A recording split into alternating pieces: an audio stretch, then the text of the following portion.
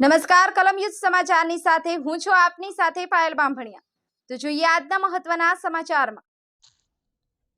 Rajkot civil હોસ્પિટલમાં રાવણ રાજ અને પ્રજા દુખી। રાજકોટ સિવિલ હોસ્પિટલની બેદરકારી તેમજ હુકુમશાહીના કિસ્સાઓ સામે આવતા હોય છે। લોકોના ટેક્સના પૈસાથી ચાલતી આ હોસ્પિટલ લોકો માટે જ પરેશાની કે લોકોની સુવિધા નહીં પરંતુ સમસ્યા અને ભ્રષ્ટાચારને છુપાવવા માટે મોટા પ્રમાણમાં સિક્યુરિટીમાં ખર્ચ કરવામાં આવતો હોય તેવું લાગી રહ્યું છે।